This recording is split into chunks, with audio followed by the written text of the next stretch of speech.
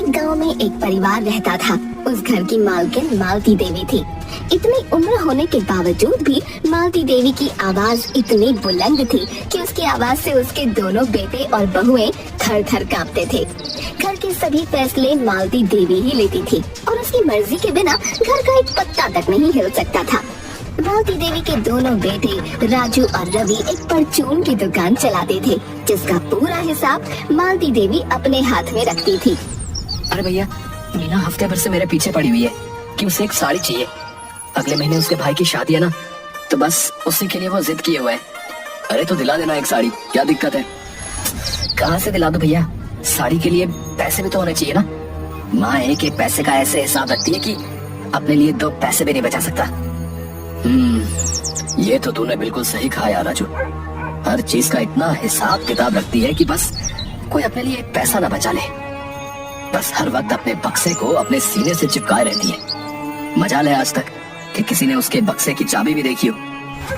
अरे भैया, उस बक्से में घर के कागज, गहने, पैसे और जाने क्या क्या कीमती चीजें होंगी।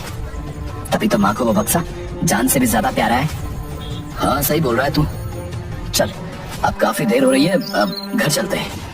रवि और राजू जब घर पहुंचते हैं तो उन्हें दरवाजे पर से ही अपनी माँ के चिल्लाने की आवाज आ जाती है। वो जल्दी से अंदर जाते हैं। अरे माँ, क्यों चिल्ला रही हो मीना पर? क्या हुआ? देख, इतना तेल तैर रहा है सब्जी में। इतने तेल में तो हफ्ते भर की सब्जी बन जाया करती थी। अगर मेरी सास होती ना तो तेरी खैर न थी।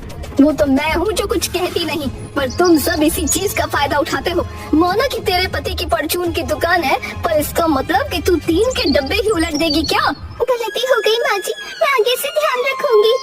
मीना वहाँ से मुंह बनाकर चली जाती है। उसके जाने के बाद राजू अपनी माँ से कुछ पैसे मांगता है। पैसे?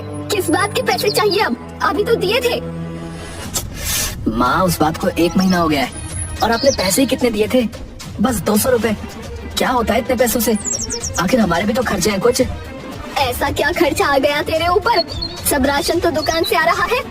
अब मीना के भाई की अगले महीने शादी है, तो उसे कुछ कपड़े लेने हैं। अच्छा भैया, अब मैं समझी। ये सब तेरी बीवी का किया धरा है। साड़ी की फरमाइश आई है मैडम की, तभी पैसे मांगे जा रहे हैं। पर तू भी सुन ले मेरी एक बात कान खोलकर। 1 पैसा नहीं देने वाली मैं तुझे। इतनी साड़ियाँ पड़ी है, उसी में से पहन लेगी। और ज्यादा चूचा की ना तो जाने भी नहीं दूंगी। इसी बात पर तीनों में झगड़ा होने लगता है और आवाज बाहर तक जाने लगती है। तीनों आपस में लड़ ही रहे होते हैं कि इतने में वहाँ रामू आ जाता है। अरे अरे, ये सब क्या हो रहा है भाई?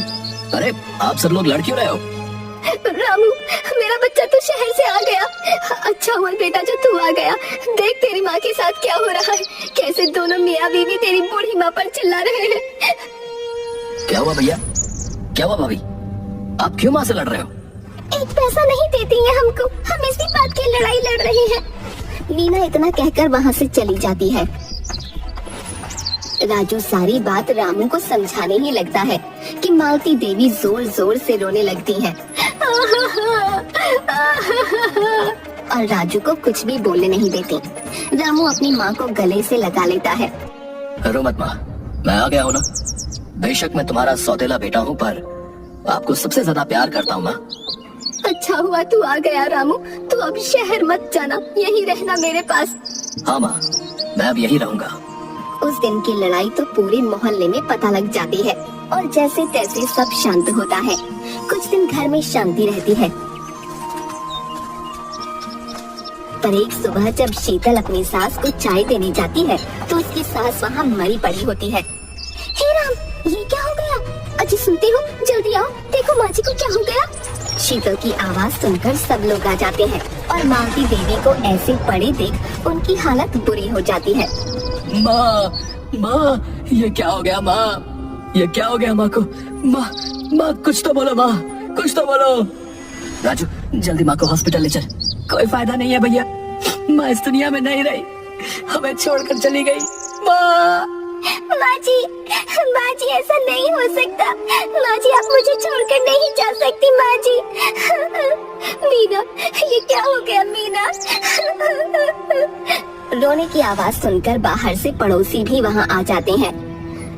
मालती देवी को ऐसे देखकर वो सभी चौंक जाते हैं। अरे भाई ये देखो, माँ जी के गले पर तो उंगलियों के निशान है। माँ जी अपने आप नहीं मरी है भैया, इनका तो किसी ने मर्डर किया है। जल्दी पुलिस को बुलाओ। हाँ भैया तुम सही बोल रहे हो, मैं अभी पुलिस को फोन करती हूँ। अरे नहीं नहीं, पुलिस को क्यों फोन करना? ये सब पुलिस के चक्कर में हमें मत फंसाओ। हम में से कोई भी माँ जी को क्यों मारेगा? अरे कल तुम लोगों के घर से इतना लड़ने की आवाज आ रही थी है? और आज माँ जी का मर्डर हो गया। पुलिस तो जरूर आएगी। शांता पुलिस को फोन कर देती है और तुरंत वहाँ पुलिस आ जाती है। अरे हटो हटो यहाँ से, अरे भीड़ मत लगाओ, हमें देखने दो क्या मामला है।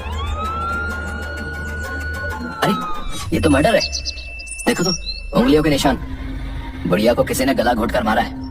हाँ भाई, किसका काम है ये? तुम सबका क्या रिश्ता है इनसे बताओ। ये इनके बड़े बेटे रवि हैं और इनकी पत्नी शीतल। ये उससे छोटा बेटा राजू और इनकी पत्नी मीना, और मैं सबसे छोटा बेटा हूँ।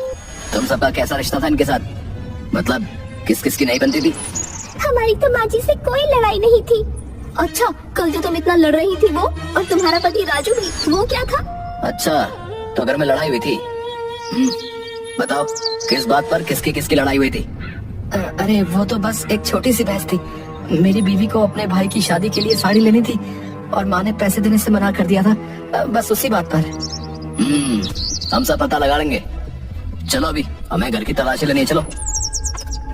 पुलिस वाले पूरे घर की तलाशी लेते हैं। उनको घर में एक खाली बक्सा मिलता है जिसका ताला टूटा हुआ होता है, और उनको एक नई साड़ी भी मिलती है जिसमें एक बिल होता है। हाँ भाई, आप तो बोल रहे थे कि साड़ी के लिए पैसा नहीं थे, पर इस बिल में तो साफ साफ लिखा है कि आपने कल ही पूरे 5,000 रुपए की साड़ी खरीदी है। कहाँ से आए मैडम इतना पैसे? पहले अपनी सास को मारा, और फिर उनके बक्से का ताला तोड़ा। क्या था आखिर इस बक्से में ऐसा? क्या रखती थी मालती देवी इसमें, बताओ। अरे इसमें तो सारा खजाना था, घर के कागज, पैसे और गहने सब इसी में थे। इस बक्से में तो वो किसी को हाथ भी ना लगाने देती थी। मुझे तो इसमें इनके बेटे का भी हाथ लग रहा है। जब मैंने पुलिस को फोन करने की बात बोली तो इनके बड़े बेटे रवि ने मुझे फोन करने से भी रोका। अरे पर लड़ाई तो कल छोटे बेटे से हो रही थी ना। हाँ भाई, इनको सबसे पहले मरा हुआ किसने देखा था? कौन आया था इनके पास? मैं चाय देने आई थी। पर आज तो माँ का उपवास होता है ना भाभी। उपवास में तो वो एक बूंद पानी भी नहीं पीती। यह केस तो बहुत ही कॉम्प्लिकेटेड है, पर हम भी पता लगा ही लेंगे कि आखिर मालती देवी का कातिल कौन है। जब तक ये केस सॉल्व नहीं होता तब तक तुम में से कोई भी यहाँ से कहीं नहीं जाएगा, समझे? पुलिस वाले वहाँ से चले जाते हैं और मालती देवी की लाश को पोस्टमार्टम के लिए दे देते हैं। सब लोग एक दूसरे पर शक कर रहे होते हैं कि आखिर मालती देवी का कातिल है कौन।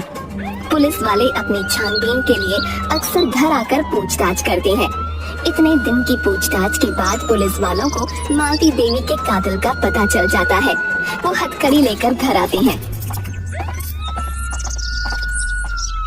आखिर इतने दिन की कड़ी मेहनत के बाद आज हमें पता चली गया कि कातिल कौन है। अब कौन है कातिल? मैं तुम्हारा भाई।